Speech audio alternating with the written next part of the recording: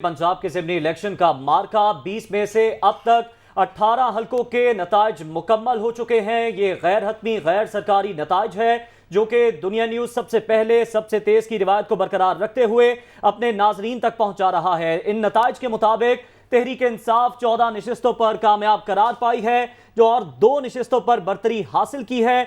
Lahore, Faisalabad, Multan, DG Khan, Sahiwal, lodhra, लिया, भक्कर से PTI के उम्मीदवार फातेह करार पाए हैं, जबकि मुस्लिम लीग नून 3 हलकों से कामयाब हो सकी और इसमें एक आज़ाद उम्मीदवार ने भी फतह अपने नाम की है। मुस्लिम लीग नून ने लाहौर, बहावलनगर, मुजफ्फरगढ़ से ये नशिस्त अपने नाम की है। अगर सूबाई दारुल हुकूमत लाहौर की बात करें तो लाहौर में 4 नशिस्तों पर मुकाबला था और यहां से पाकिस्तान तहरीक इंसाफ 3 नशिस्तें ले उड़ी, जबकि नून लीग ने 1 नशिस्त अपने नाम की है।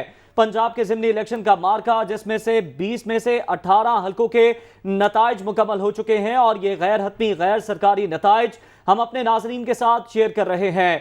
पहले नंबर पर तहरीक इंसाफ है जिसने सबसे ज्यादा 14 नशिस्तों पर कामयाबी समेटी है। 2 नशिस्तों पर बरतरी हासिल है तहरीक इंसाफ को। इसके अलावा लाहौर, फैसलाबाद, मुल्तान, डीजी खान, साहिवाल, लोधरा, लिया, भक्कर से पीटीआई के उम्मीदवार फातेह करार पाए हैं। मुस्लिम लीग नून 3 हलकों से कामयाब हुई और एक आज़ाद उम्मीदवार ने भी फतह समेटी है। मुस्लिम लीग नून ने लाहौर, बहावलनगर और मुजफ्फरगढ़ से नशिस्त जीती है। अगर सूबाई दारुल हुकूमत लाहौर की बात की जाए तो लाहौर की 4 नशिस्तों पर कांटे का मुकाबला था और लाहौर की 4 में से 3 नशिस्तें पाकिस्तान तहरीक इंसाफ ले उड़ी है।